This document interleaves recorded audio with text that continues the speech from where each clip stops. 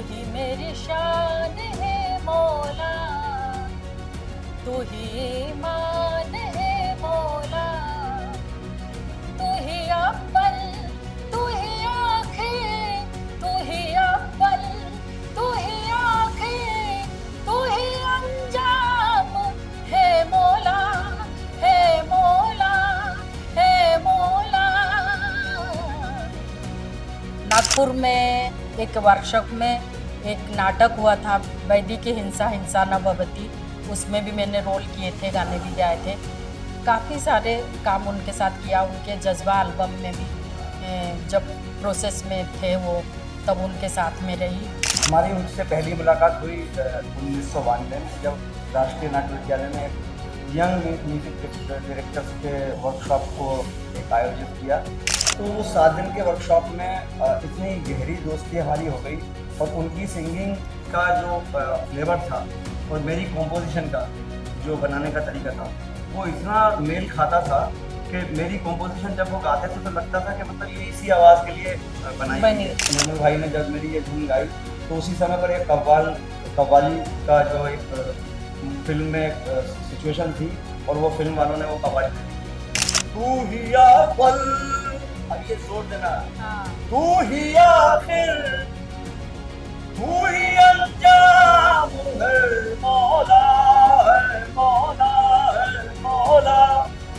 ओ मेरा याद भी तू, मेरी शान भी तू, मेरा जिस्म भी तू, मेरी जान है तू। तो ये मेरी धुनों को बहुत अच्छी से वो सीखते थे और अपनी आवाज़ के फ्लेवर से वो गाते थे। इसलिए उनके एल्बम और मेरा जो म्यूजिक डायरेक्शन और उनका गायन का कॉम्बिनेशन कई प्रोजेक्ट्स में रहा। हमने फिल्म में साथ में हमने नाटक किए। इतने बड़े एक्टर थे वो, इतने अच्छे इंसान थे, वो जाने के बाद भी वो हैं। हम उनके कुछ संगीत तो छोड़ गए हैं ना वो, तो हम उनको याद कर रहे हैं उसी बहाने। गहराई से ट्रेनिंग लेने का उनका बहुत रुझान था उसमें।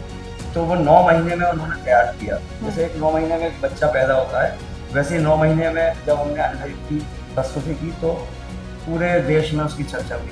तेरा जाबा के और जवान जाने सारा हिंदुस्तान, जाने सारा हिंदुस्तान, जाने सारा हिंदुस्तान।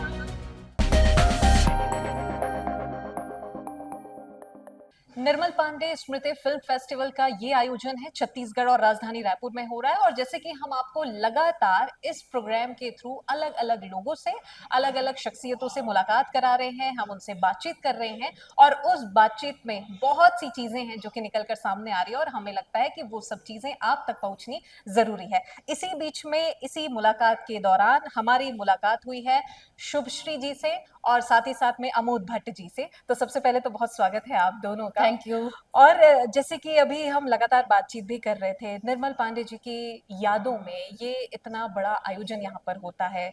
जैसे अभी हमने बातचीत की तो अलग अलग स्टेट्स में ये आयोजन होता है, इस बार छत्तीसगढ़ और रायपुर में हो रहा है। आप उनके बेहद करीबी आप दोनों ही रहे हैं। कैसे ये जर्नी शुरू हुई है और क्या कुछ खास यादें? सबसे पहले मैम आपसे। जय जोहार, जय जय छत्तीसगढ़, क्या बात है। नमस्कार रायपुर। निर्मल भाई से हमारा घरेलू संबंध रहा, जी। प्रोफेशनली रिश्ता भी रहे, और हमने एनएसडी में एक वर्कशॉप हुआ था म्यूजिक के ऊपर, उनके म्यूजिक वर्कशॉप में रहे। और नागपुर में एक वर्कशॉप में एक नाटक हुआ था, वैदी की हिंसा हिंसा न भवती, उसमें भी मैंने रोल किए थे, गाने भी गाए थे। काफ़ी सारे काम उनके साथ किया। उनके जज्बा एल्बम में भी जब प्रोसेस में थे वो, तब उनके साथ में रही। और मैं जज्बा एल्बम से एक गाना सुनाना चाहूँगी। जी जरूर। या तो एक कव्वाली सुना देती हूँ। हाँ ठीक है, बिल्कुल जी। फिल्म की कव्वाली। हाँ। तू ही मेरी शान है मौला, तू ही ईमान है मौला, तू ही मेरी शान है मौला, तू ही ईमान है मौला, तू ही अव्वल, तू ही आखिर, तू ही अव्वल,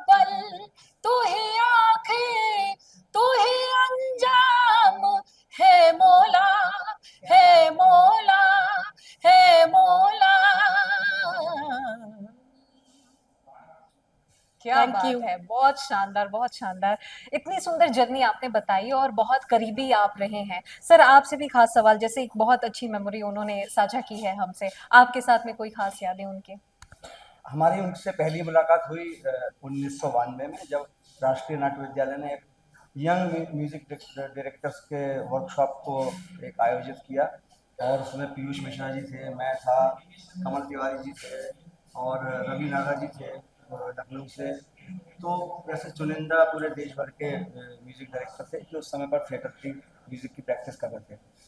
तो वो 7 दिन के वर्कशॉप में इतनी गहरी दोस्ती हमारी हो गई, और उनकी सिंगिंग का जो फ्लेवर था और मेरी कॉम्पोजिशन का जो बनाने का तरीका था, वो इतना मेल खाता था कि मेरी कॉम्पोजिशन जब वो गाते थे तो लगता था कि मतलब ये इसी आवाज़ के लिए बनाई गई बनी है। है जैसे जी। इन्होंने अभी जो कव्वाली गाई, वो कव्वाली भी उन्होंने, जब मैं कंपोज कर रहा था, तो जैसे ही एक फिल्म के ऊपर एक ऑफर आया, तो कौसर मुनि ने जब ये वर्ड्स लिखे और निर्मल भाई ने जब मेरी ये धुन गाई, तो उसी समय पर एक कव्वाली का जो एक फिल्म में एक सिचुएशन थी, और वो फिल्म वालों ने वो कव्वाली ले ली।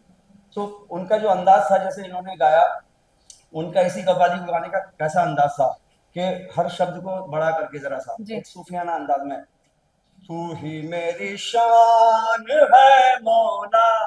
वाह।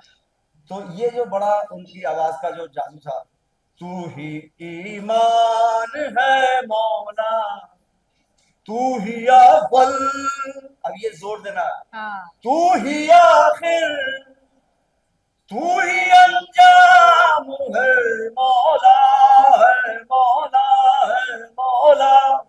अब ये भरी हुई शानदार। सांस से, जी। भारी आवाज में, हम्म। तो ये जो चीजें हैं, जब उन्होंने मेरी धुनों को जब सीखा, जज्बा एल्बम, जैसे अभी हम शाम को अपना एक प्रोग्राम देंगे, उसमें जज्बा एल्बम के जो गाने थे, उसमें भी ऐसे ही थी। कॉम्पोजिशन के ऊपर उन्होंने ऐसे ही ट्रीटमेंट किया कि उसमें उन्होंने मैंने हीर रांझा के ऊपर एक गाना बनाया था, 9 मिनट की पूरी, उसमें सूफियानापन था, उसमें गुलजार साहब ने रेंडरिंग की, वो शाम को राजेंद्र गुप्ता जी आज बोलेंगे वो। तो उसमें भी ऐसा था कि एक अदायगी थी, उसमें हमारी एक हुक लाइन आती है, मेरा प्यार भी तू, मेरा यार भी तू, मेरा जिस्म भी तू, मेरी जान भी तू, ओ मेरा यार भी तू, मेरी शान भी तू, मेरा जिस्म भी तू, मेरी जान है तू। तो ये मेरी धुनों को बहुत अच्छे से वो सीखते थे, और अपनी आवाज़ के फ्लेवर से वो गाते थे। इसलिए उनके एल्बम और मेरा जो म्यूजिक डायरेक्शन और उनका गायन का कॉम्बिनेशन जी। कई प्रोजेक्ट्स में रहा। हमने फिल्म के साथ में हमने नाटक किए, नाटक का भी एक अंधा युग का गाना है, वो हम शाम को प्रस्तुत करेंगे। जी। और सारे एल्बम, जो जज्बा का एल्बम था, वो टाइम्स म्यूजिक ने दिया, उन्होंने कहा हमें यही धुनें चाहिए, यही इसी किस्म की अदायगी चाहिए। उसी दौरान हम मुंबई से भोपाल, भोपाल से मुंबई हम करते थे। ये बात है 99 के आसपास की।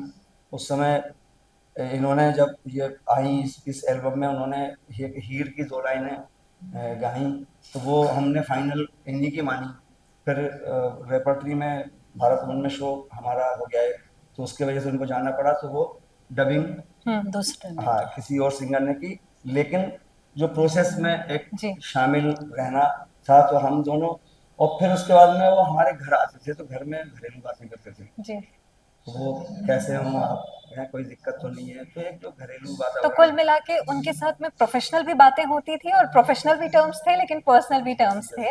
तो निर्मल जी के साथ में जो इतनी सारी सुंदर यादें हैं वो आप दोनों ने संजो के रखी है, सहेज के रखी है, लेकिन एकाएक फिर वो दिन और एक दौर भी आता है जब वो अलविदा कह देते हैं इस दुनिया को और हमसे दूर हो जाते हैं। तो उस वक्त में फिर वो समय कैसा था और कैसे फिर आप लोगों ने उस चीज को देखा, समझा और फिर आगे बढ़ाने की ठानी?